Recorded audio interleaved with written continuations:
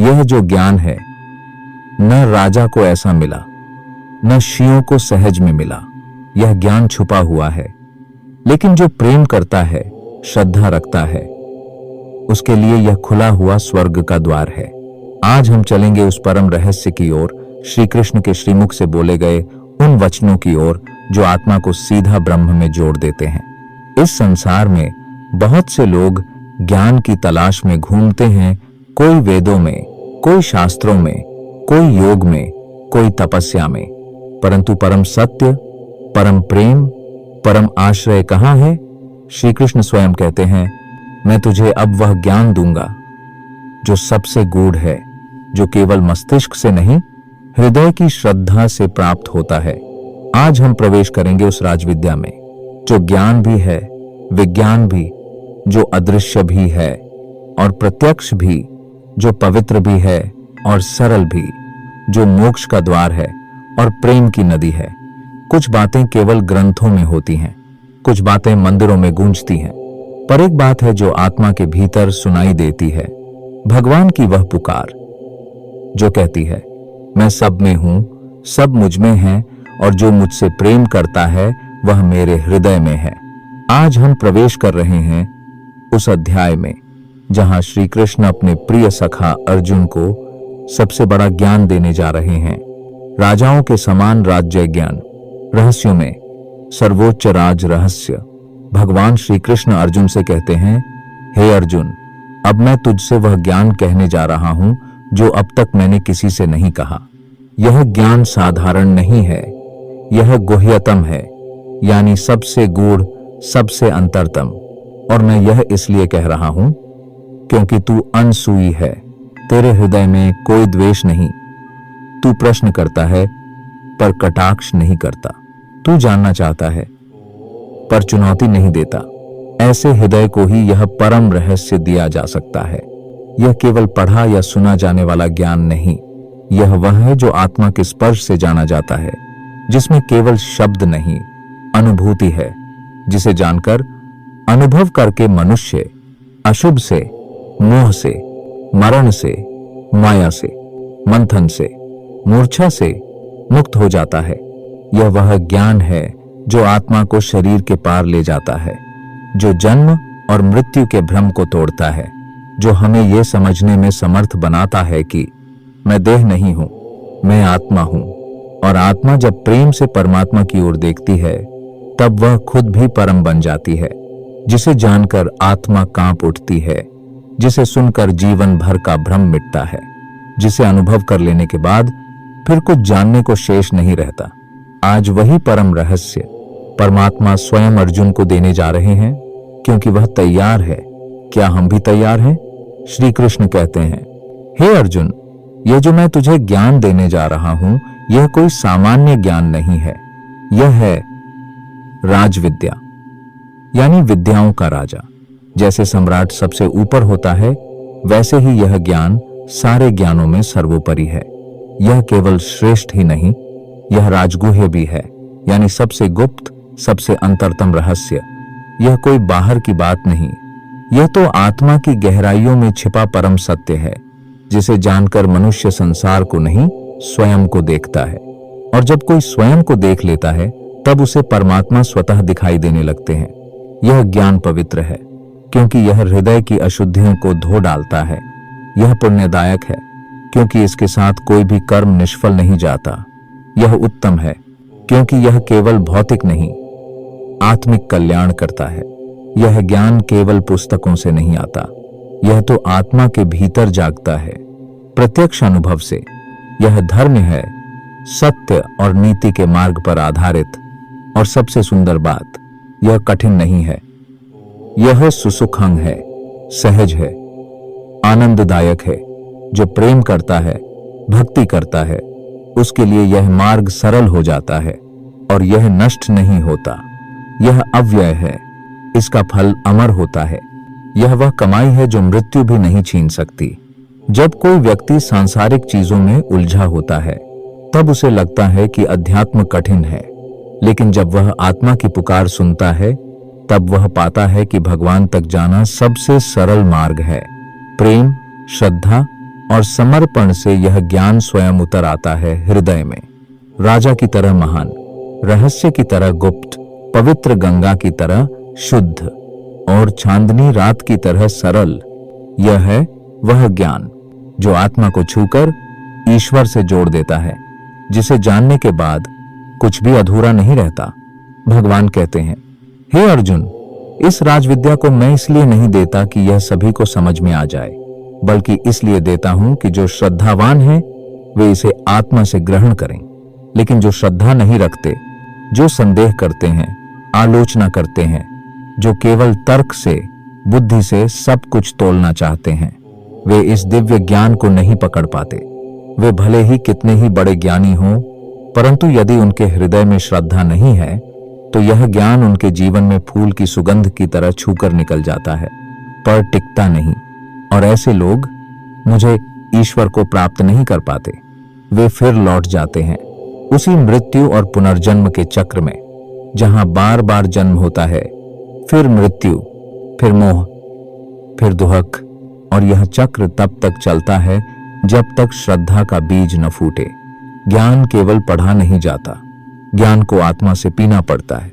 श्रद्धा वो पात्र है जिसमें यह अमृत टिका रह सकता है। अगर श्रद्धा ही नहीं है तो ये दिव्य बातें भी केवल शब्द बनकर रह जाती हैं। और जब श्रद्धा नहीं होती तब ईश्वर भी दूर प्रतीत होते हैं। वह हमारे पास होकर भी हमसे दूर हो जाते हैं। श्रद्धा ही वह दीप है जिससे ज्ञान प्रकाशित होता है, और यदि दीप न हो तो ज्ञान केवल शब्द बनकर रह जाता है। जो श्रद्धा नहीं रखते वे भटकते रहते हैं, ज्ञान के पास आकर भी ईश्वर को न देख पाने का दुख लेकर लौट जाते हैं, और तब उनका जीवन फिर उसी चक्र में घूमता है। जन्म, मृत्यु, मोह, दुहक, फिर से जन्म। पर एक श्रद्धा का बीज इस पूरे चक्र को समाप्त कर सकता है।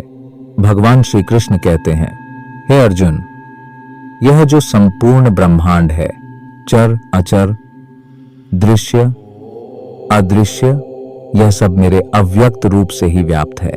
मैंने कोई आकार नहीं लिया, फिर भी सब मुझ में है। मैं सब में व्याप्त हूं। लेकिन इसके साथ ही वे एक विस्मयकारी बात कहते हैं, सभी जीव मुझ में स्थित हैं, लेकिन मैं उनमें स्थित नहीं हूं। यह कैसी रहस्यपूर्ण बात है। जैसे हवा आकाश में रहती है, लेकिन आकाश हवा से नहीं भर जाता, वैसे ही सब जीव ईश्वर में स्थित हैं, परंतु ईश्वर उन सीमित जीवों में सीमित नहीं होता। ईश्वर सर्वत्र हैं, परंतु सर्व के भीतर सीमित नहीं। वे बाहर भी हैं, भीतर भी, पर बंधे नहीं हैं। वह हर कण में है, फिर भी किसी एक कण में नहीं बौंधा। वह हर आत्मा के पास है, लेकिन किसी के दायरे में नहीं समाया। वह ईश्वर है जिसका न कोई आकार है, न कोई सीमा, फिर भी वह सबसे निकट है। भगवान श्री कृष्ण कहते हैं, हे अर्जुन, तू मेरी योग माया की महिमा देख। सभी जीव मुझ में स्थित भी हैं और वास्तव में नहीं भी हैं। मैं सबका आधार हूं, पर उनमें स्थित नहीं। यहां भगवान योगमैश्वर्यम की बात कर रहे हैं, अर्थात ईश्वर का वह चमत्कार जो तर्क से परे है। ईश्वर न तो इस जगत से पृथक हैं, न ही इस जगत में बंधे हुए हैं। जैसे एक चित्र दीवार पर टिका है, पर दीवार चित्र में नहीं समाई होती, वैसे ही सभी जीव मुझ पर टिके हैं, पर मैं किसी में सीमित नहीं। यह योगमाया जो देखने में है पर समझ में नहीं आती। ईश्वर हमारे अंदर हैं, पर हम उन्हें पकड़ नहीं सकते। वह हमारे बाहर भी हैं, लेकिन उनसे अलग नहीं हो सकते। यही है उनका रहस्य, जो श्रद्धा से जाना जाता है, तर्क से नहीं। श्री कृष्ण एक सुंदर उपमा देते हैं। जैसे वायु आकाश में व्याप्त रहती है, उसे पार नहीं कर सकती, उसी प्रकार यह संपूर्ण सृष्टि मुझ में स्थित है।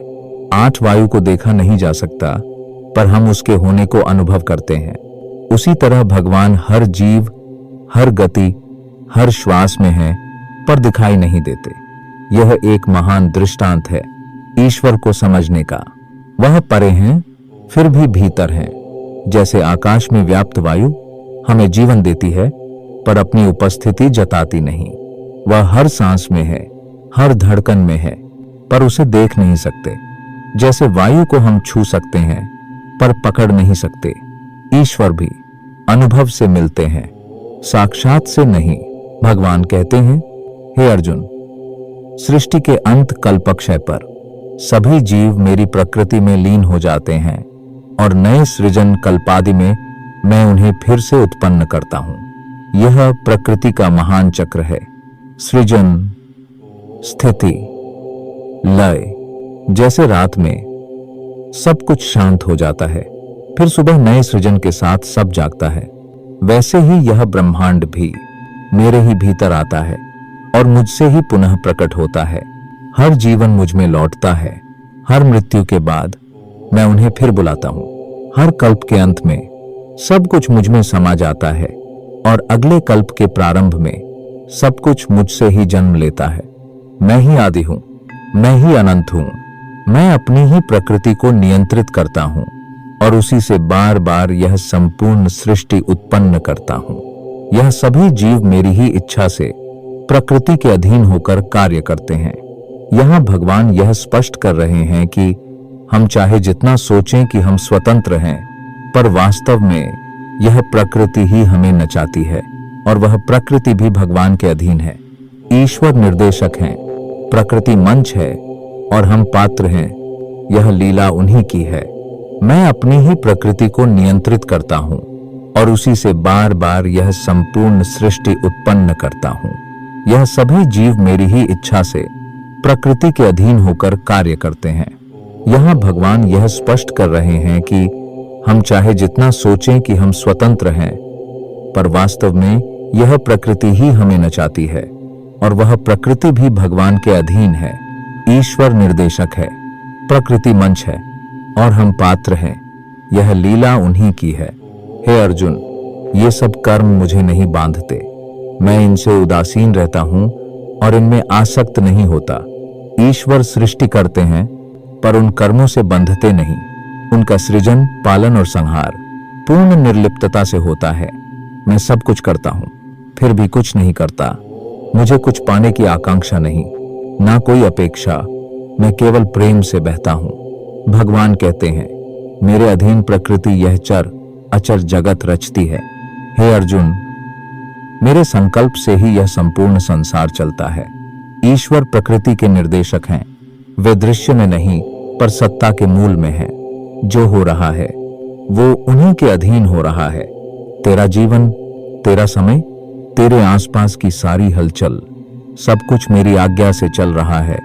मैं हूं तेरे हर स्पंदन के मूल में। भगवान कहते हैं, मूढ़ लोग मुझे तुच्छ समझते हैं क्योंकि मैंने मानव शरीर धारण किया है।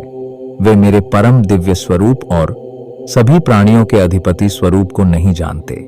ईश्वर जब मनुष्य रूप में आते हैं तो उन्हें साधारण समझ लिया जाता है। हम उनकी मुस्कान देखते हैं पर माया नहीं पहचानते। हम उनके शब्द सुनते हैं पर सत्य नहीं पकड़ पाते। मैं तुम्हारे बीच आया मानव बनकर, पर तुम मेरी आंखों में प्रेम नहीं देख सके, मेरे शब्दों में दिव्यता नहीं पहचान सके, मुझे ही तुच्छ समझ बैठे। ऐसे लोग व्यर्थ आशाओं में डूबे होते हैं। उनके कर्म भी व्यर्थ होते हैं, ज्ञान भी भ्रांत होता है। वे राक्षसी और आसुरी प्रवृत्तियों में फंसे रहते हैं। जब ईश्वर को नकारा जाता है तो जीवन भटकाव बन जाता है। जो सत्य से विमुख होते हैं वे केवल मोह में जीते हैं और अंत में खाली रह जाते हैं। जिन्हें ईश्वर पर विश्वास नहीं, उनका जीवन केवल खोखले कर्मों का भार है। न उद्देश्य, न शांति, न मुक्ति, सिर्फ अंधकार में भटकती आत्माएं। हे पार्थ, जो महात्मा हैं वे दिव्य प्रकृति में स्थित रहते हैं। वे मुझे अविनाशी और समस्त प्राणियों का आदि जानकर पूर्ण भक्ति से मेरी उपासना करते हैं। सच्चे महात्मा संसार में रहते हुए भी संसार में लिप्त नहीं होते। वे ईश्वर को जान चुके होते हैं, इसलिए हर क्षण उनके नाम में लीन रहते हैं। वे महात्मा जिनके भीतर मैं धड़कता हूं, जिनकी सांसें मेरा नाम जपती हैं, जिनकी दृष्टि में सब कुछ मैं हूं, वही मेरी सच्ची झलक को जान पाए हैं। कुछ लोग ज्ञान यज्ञ द्वारा भी मेरी उपासना करते हैं। कुछ मुझे एक रूप में मानते हैं, कुछ अनेक रूपों में, और कुछ संपूर्ण जगत में मेरा दर्शन करते हैं। ईश्वर एक ही हैं, पर उनकी उपासना के मार्ग अनेक हैं। कोई उन्हें श्री राम मानता है, कोई शिव, कोई शक्ति, कोई निराकार, परंतु सबका लक्ष्य एक ही है, परमात्मा। मैं एक हूं, फिर भी अनेक रूपों में तुम्हारे साथ हूं, कभी मां बनकर, कभी पिता बनकर, कभी शिष्य, कभी गुरु। तू बस मुझे पुकार, किसी भी नाम से। वे महात्मा सदा मेरा कीर्तन करते हैं, दृढ़ संकल्प के साथ तपस्या करते हैं और भक्ति से मेरी उपासना करते हैं। सच्ची भक्ति कोई विशेष अवसर की नहीं होती, वह हर क्षण की आराधना होती है, हर सांस की साधना होती है। वे थकते नहीं, झुकते नहीं, रुकते नहीं। हर क्षण, हर भाव, हर संकल्प केवल मेरा नाम होता है। मैं ही यज्ञ हूं, मैं ही होम हूं, मैं ही औषधि हूं, मैं ही मंत्र हूं, मैं ही अग्नि हूं और मैं ही उसमें दी जाने वाली आहुति हूं। जो कुछ भी पवित्र है वो ईश्वर ही है। हम सोचते हैं कि हम उन्हें अर्पण करते हैं, पर वास्तव में हम उन्हीं से सब कुछ पाते हैं। मैं हूं तेरी आहुति, मैं ही अग्नि बनकर उसे स्वीकार करता हूं, मैं ही मंत्र हूं, मैं ही लक्ष्य। सच्चा यज्ञ स्वयं में मुझे समर्पण है। मैं इस संसार का पिता हूं, माता हूं, धारणकर्ता और पितामह भी हूं। मैं ही जानने योग्य हूं, मैं ही पवित्र हूं। ख, साम और यजुर्वेद सब मैं ही हूं। ईश्वर केवल भगवान नहीं, वे परिवार हैं, माता पिता हैं, गुरु हैं, संरक्षक हैं, मार्गदर्शक हैं। जब तू रोता है मैं मां बनकर थपकियां देता हूं। जब तू थकता है मैं पिता बनकर सहारा देता हूं। मैं तेरे पीछे नहीं, तेरे भीतर हूं। मैं ही सबकी गति, गंतव्य, पालन करता, स्वामी, साक्षी, निवास स्थान, शरणदाता, मित्र, उत्पत्ति, विनाश, आधार, धन और शाश्वत बीज हूं, जिन्हें हम अलग अलग खोजते हैं। वो सब एक ही सत्ता में निहित हैं, भगवान में। वो दोस्त भी हैं, घर भी, लक्ष्य भी, अंत भी। तू चाहे जितनी दिशाओं में मुझे खोजे, मैं वही हूं। तेरे हर रिश्ते का आधार बनकर, तेरे हर प्रश्न का उत्तर बनकर। मैं ही सूर्य की गर्मी देता हूं, मैं ही वर्षा करता हूं और रोकता भी हूं। मैं अमृत हूं और मृत्यु भी। मैं सत सत्य और असत अस्थाई दोनों हूं। ईश्वर किसी एक रूप में सीमित नहीं है। वे सृजन भी हैं, संहार भी हैं, प्रेम भी हैं, शक्ति भी हैं। जहां जीवन है वहां भगवान है। तू मुझे फूलों में खोजता है, पर मैं कांटों में भी हूं। मैं धूप में तपता हूं और बरसात में भीगता हूं। मैं मृत्यु भी हूं ताकि तू अमर को खोज सके। जो वेदों को जानने वाले हैं, सोमरस का सेवन करते हैं और यज्ञ करते हैं, वे स्वर्ग की प्राप्ति चाहते हैं। वहां जाकर वे दिव्य सुखों का अनुभव करते हैं। स्वर्ग कोई अंतिम लक्ष्य नहीं, वो भी एक पड़ाव है। परम लक्ष्य केवल ईश्वर की प्राप्ति है। तू स्वर्ग की ओर भागता है, जहां सुख है पर स्थायित्व नहीं। मुझ तक आ जा, जहां न सुख खत्म होगा न तेरा अस्तित्व। जो स्वर्ग की कामना से यज्ञ आदि करते हैं, वे स्वर्गलोक को प्राप्त तो करते हैं, पर वहां पुण्य क्षीण होते ही फिर मरण धर्मा लोक में लौट आते हैं। यही है आने जाने का चक्र। यह अस्थाई सुखों की दुनिया है, जहां हर चीज की सीमा है, यहां तक कि स्वर्ग का आनंद भी। जो सिर्फ भोग चाहते हैं वे कभी नहीं टिकते।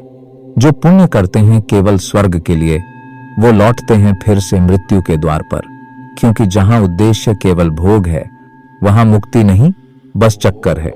जो केवल मेरी ही चिंता करते हैं, जो अनन्य भक्ति से मेरी उपासना करते हैं, उनका योगक्षेम, अर्थात जो नहीं है वो लाना योग, और जो है उसे बचाना क्षेम, मैं स्वयं वहन करता हूं।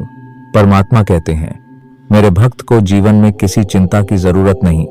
मैं उसकी आवश्यकताओं का स्वयं ध्यान रखता हूं। तू बस मेरा बन जा, बाकी तेरे जीवन की जिम्मेदारी मेरी। तेरा भोजन, तेरा सुख, तेरा भय सब मैं संभाल लूंगा। तेरे योग और क्षेम की गठरी मैं उठाऊंगा।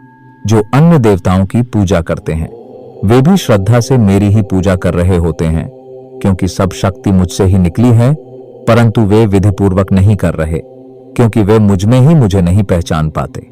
भगवान का यह कथन इतना विशाल है, वह किसी संकीर्णता का नहीं, समस्त श्रद्धा के सम्मान का है। पर वह यह भी कहते हैं, भक्त तू रास्ता मत भूला, रूप अनेक हैं पर मैं एक ही हूं।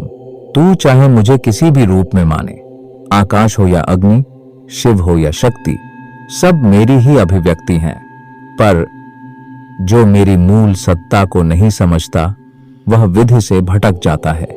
मैं ही समस्त यज्ञों का भोक्ता और स्वामी हूं।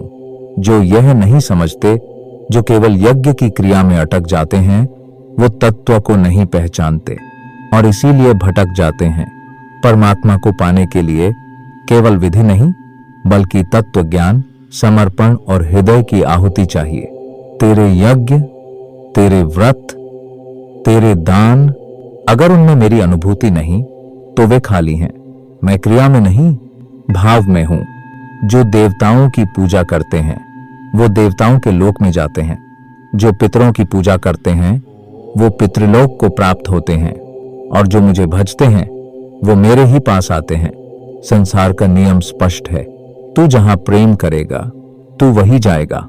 जिसे तू भजेगा तू उसी में समा जाएगा। देवता भी मार्ग हैं पर मैं ही अंतिम ठिकाना हूं। जो मुझ में लीन है वह कहीं और नहीं जाता। यदि कोई भक्त मुझे प्रेम और श्रद्धा से एक पत्ता, एक पुष्प, एक फल या जल भी अर्पित करता है तो मैं उस भक्ति से उसे स्वीकार करता हूं। भगवान को पदार्थ नहीं चाहिए, उन्हें चाहिए प्रेम की भावना। मुझे तेरे उपहार नहीं, तेरे हृदय का भाव चाहिए। तू अगर प्रेम से एक बूंद जल भी दे तो वह मुझे करोड़ों स्वर्ण से अधिक प्रिय है।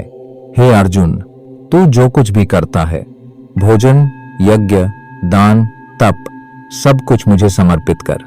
यह जीवन तब दिव्य बनता है जब हर कर्म ईश्वरार्पण हो जाए। तेरा हर कर्म पूजा बन सकता है अगर तू उसे मुझे समर्पित कर दे। तेरा खाना भी तपस्या है, तेरा चलना भी साधना है।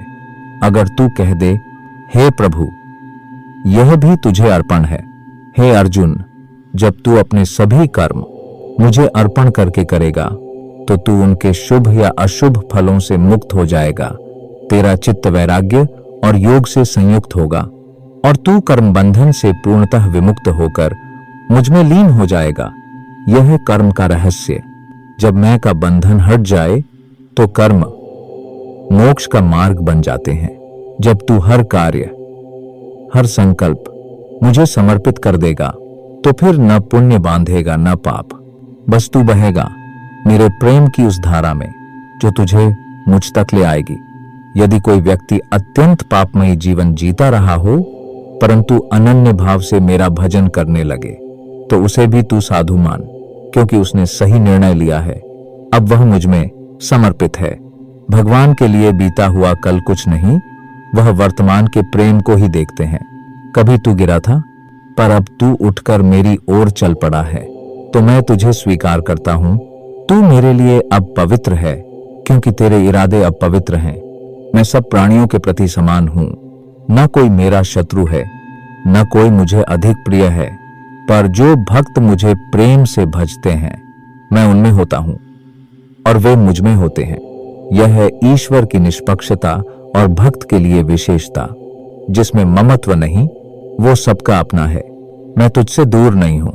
अगर तू मुझे पुकारे तो मैं तेरे भीतर उतर आता हूं। मैं भेद नहीं करता, बस देखता हूं कौन मुझे अपने हृदय में जगह देता है। वह व्यक्ति जो पहले अधर्मी था पर अब मेरी भक्ति में लग गया है, वह शीघ्र ही धर्मात्मा बन जाता है। उसे शाश्वत शांति प्राप्त होती है। हे अर्जुन, तू यह घोषणा कर दे, मेरा भक्त कभी नष्ट नहीं होता।